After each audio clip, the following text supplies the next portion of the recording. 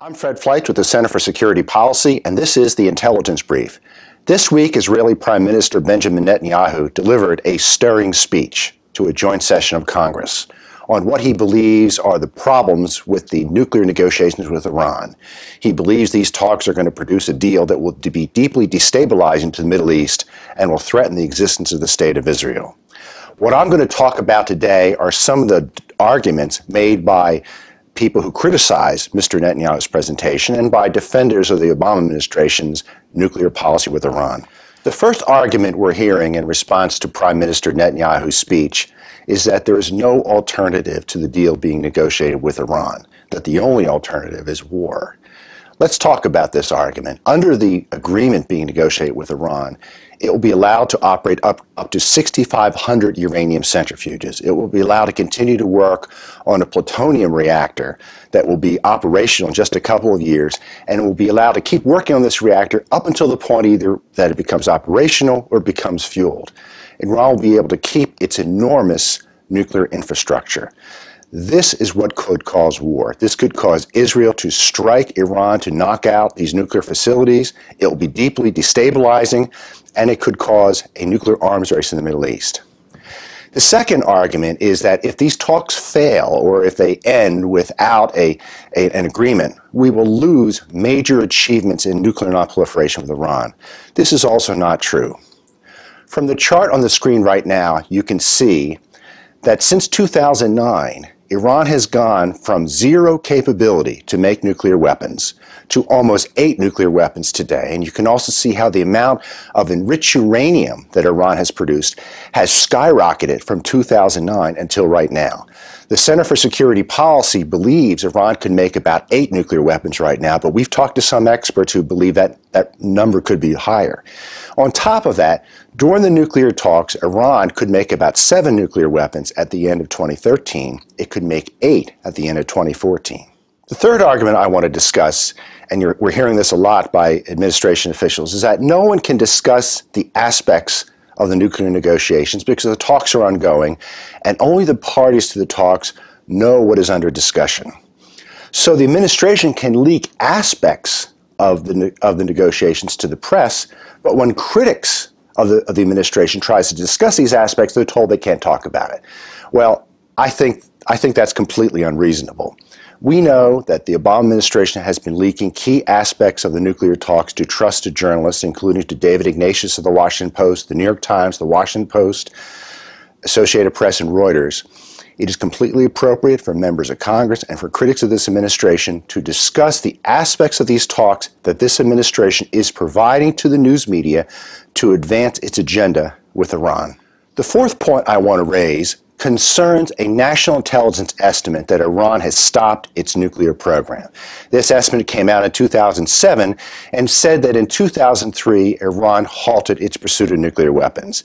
This was a controversial national intelligence estimate that was rejected, soundly rejected, by a number of senior officials and former senior officials as a politicization of intelligence. However, it is being put out right now by members of the Democratic Party, former Congressman Dennis Kucinich, and even Iran's ambassador to the United Nations as evidence that the urgency in dealing with Iran's nuclear program is really not that high because the U.S. intelligence community said Iran is not pursuing nuclear weapons.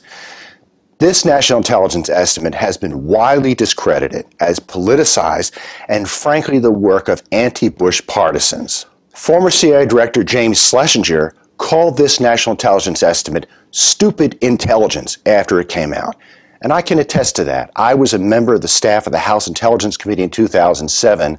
I looked at the intelligence behind this estimate. Frankly, it didn't add up.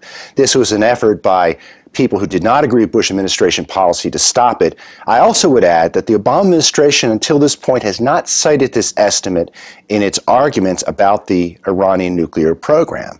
The president has frequently said he has to stop Iran from getting a nuclear bomb. If this estimate was valid, the president wouldn't have made such statements. And finally, there's the argument that Iran has complied with requirements to cooperate with the IAEA during the nuclear talks. And this is supposed to be a sign of good faith by the Iranians that it will cooperate with a final agreement on its nuclear program.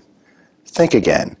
Iran has never fully cooperated with the IAEA and has specifically refused to cooperate with the IAEA during this agreement. There was a requirement under an interim agreement that Iran signed with the international community in the fall of 2013, for example, that it would not develop advanced centrifuges. Right after that agreement was signed, Iran started developing advanced centrifuges and started to install them. This caused the negotiations of 2014 to be postponed. A compromise was reached. The international community agreed that Iran could experiment with advanced centrifuges but not test them with uranium. In mid-2014, Iran was caught dead to rights inserting uranium into an advanced centrifuge design, a direct violation of the interim agreement.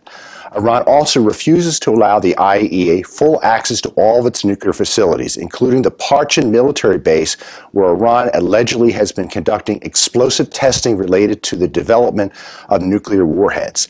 And more recently, the NCRI, an Iranian dissident group, has said that there is a facility called Lavazan 3 where Iran may have a secret enrichment facility where it is developing advanced centrifuges. So the argument that Iran has been cooperating with the IAEA is frankly bogus, but it's an important issue because if we're going to sign an agreement with Iran that may be weak on the condition that it will be subject to strict verification by the IAEA to keep Iran a year or more away from a nuclear weapon, Iran has to cooperate with the IAEA. It's never done that. It's shown no indication during the nuclear talks it will do so, and I don't think it makes any sense whatsoever to assume it will begin to cooperate once this agreement is in force. I hope you found this presentation useful. For more information, please go to securefreedom.org.